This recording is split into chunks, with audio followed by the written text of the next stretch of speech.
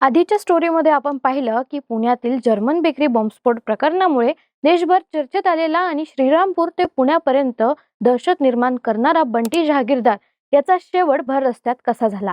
एका अंत्यविधीसाठी गेलेला बंटी काही तासातच स्वतः मृत्यूच्या सापळ्यात कसा अडकला. गोळीबाराची सुरुवात गोळीने नव्हे तर एका दगडाने कशी झाली आणि ज्या जर्मन बेकरी स्फोटामुळे त्याचे नाव देशभर गाजले त्याच जर्मन हॉस्पिटल समोर त्याचा जीव कसा गेला हे आपण सविस्तर पाहिलं. पण आता या हत्येमागचं कारण, सूत्रधार आणि पोलीस तपासात समोर येत असलेली धक्कादायक माहिती अधिक महत्त्वाची ठरत आहे. ही हत्या नेमकी कोणी आणि का केली, यामागे राजकीय वर्चस्वाचा संघर्ष होता का की गुन्हेगारी वैमनस्य? या सगळ्या प्रश्नांची उत्तरं शोधण्यासाठी आज आपण या प्रकरणाचा पुढचा टप्पा पाहणार आहोत. नमस्कार, मी कोमल आणि तुम्ही पाहतायत कार्यरंभ. बंटी जहागीरदार यांची हत्या बेग बंधूंच्या सांगण्यावरून झाल्याचा थेट आरोप त्यांच्या भावाने नगरसेवक रईस जहागीरदार यांनी केला आहे. या प्रकरणी रईस जहागीरदार यांनी शहर पोलीस ठाण्यात सविस्तर फिर्याद दाखल केली असून आपल्या भावाचे शहरातील वाढते राजकीय वर्चस्व सहन न झाल्यानेच ही हत्या करण्यात आल्याचे फिर्यादीत नमूद करण्यात आले आहे. ही फिर्याद बुधवारी रात्री उशिरा दाखल करण्यात आली. या फिर्यादीत अज्ञात इसमासह चन्या बेग, टिप्या बेग आणि सोन्या बेग यांची स्पष्ट नावे घेण्यात आली आहे. बुधवारी दुपारी श्रीरामपूर शहरातील संत लूक रुग्णालयाजवळ दुचाकीवरून आलेल्या दोन हल्लेखोरांनी बंटी जहागीरदार यांच्यावर गोळीबार केला. हल्ल्यानंतर आरोपी पळून जात असताना एकच भाई चन्या भाई असे ओरडत असल्याचे बंटी यांच्या सोबत असलेले अमीन यांनी पोलिसांना सांगितले आहे. या साक्षीमुळे फिर्यादीचा संशय अधिक बळावला असून हत्येमागे बेग बंधूंची भूमिका असल्याचा आरोप अधिक ठळक होतोय. बंटी जहागीरदार हे गेल्या 20 वर्षापासून राजकारणात सक्रिय होते. श्रीरामपूरच्या राजकीय आणि सामाजिक वर्तुळात त्यांचे मोठे वजन होते. त्यांचे कुटुंबही अनेक वर्षापासून राजकारणाशी जोडलेले आहे. बंटी यांच्या आईने 2011 ते 2019 या कालावधीत नगरपालिकेत नगरसेविका म्हणून काम केले होते. त्यानंतर त्यांच्या पत्नीनेही नगरसेविकेची जबाबदारी सांभाळली होती. सध्या त्यांचे भाऊ रईस जहागीरदार हे नगरसेवक आहेत. त्यामुळे बंटी केवळ गुन्हेगारी विश्वातच नव्हे तर राजकारणातही प्रभावशाली व्यक्ती म्हणून ओळखले जात होते. रईस जहागीरदार यांच्या म्हणण्यानुसार विधानसभा निवडणुकीत आमदार हेमंत ओगले यांचा झालेला पराभव आणि पालिका निवडणुकीत ससाणे यांचा पराभव यामागे बंटी जहागीरदार यांच्या प्रभागातील वर्चस्व कारणीभूत होते. निवडणुकीत त्यांनी दिलेल्या मताधिक्यांमुळे अनेकांचे राजकीय गणित बिघडले होते. हे वाढते वर्चस्व काही लोकांना सहन न झाल्यानेच बंटीची हत्या करण्यात आल्याचा आरोप रईस जहागीरदार यांनी केला आहे. या हत्येनंतर संपूर्ण श्रीरामपूर शहरात तणावाचे वातावरण निर्माण झाले. खबरदारीचा उपाय म्हणून शहरातील बाजारपेठ बंद ठेवण्यात आली होती.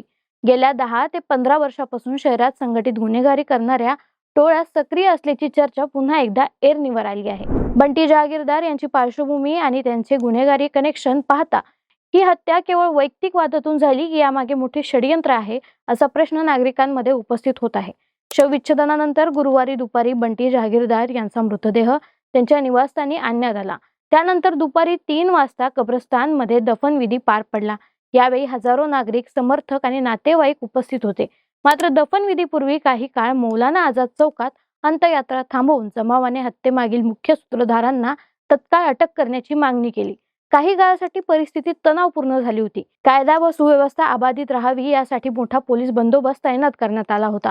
फिर्यादीत नमूद केल्यानुसार चन्या बेग, सोन्या बेग आणि टिप्या बेग यांच्यावर यापूर्वी खून, खुनाचा प्रयत्न, दरोडा, बलात्कारासारखे गंभीर गुन्हे दाखल आहेत. विधानसभा निवडणुकीतील पराभवानंतर बेग बंधूंनी बंटी जहागीरदार यांच्या विरोधात सातत्याने जाहीर सभांमधून प्रक्षोभक आणि धमकीवजा भाषणे दिल्याचा आरोपही करण्यात आलाय.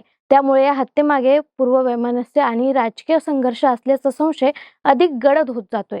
दरम्यान पोलिसांनी या हत्येप्रकरणी कृष्णा अरुण शिंगारे वय 23 आणि रवींद्र गौतम निकाळजे वय 20 दोघेही श्रीरामपूर येथील रहिवासी यांना अटक केली आहे. हे दोघं कोकमठाम येथून समृद्धी महामार्गाच्या दिशेने पळून जाण्याच्या तयारीत असताना बुधवारी रात्री पोलिसांनी त्यांना ताब्यात घेतले. पोलिसांच्या म्हणण्यानुसार दोन्ही आरोपींनी गुन्ह्याची कबुली दिली आहे. मात्र गुन्ह्यात वापरण्यात आलेले पिस्तूल आणि दुचाकी अद्याप जप्त करण्यात आलेले नाही.